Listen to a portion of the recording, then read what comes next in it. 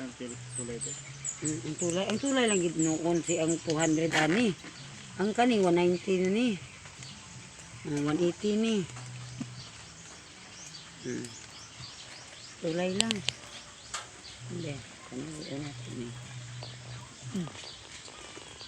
Ang pang baka ba? Gid na anong kasi ano. Tulay. Nadat-dat yan na. May pusit. Na, mayroon.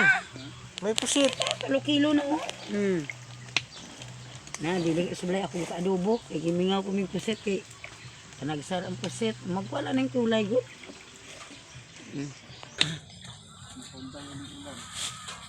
Ayo oh. Kontinse. Ibuhon na. Ito.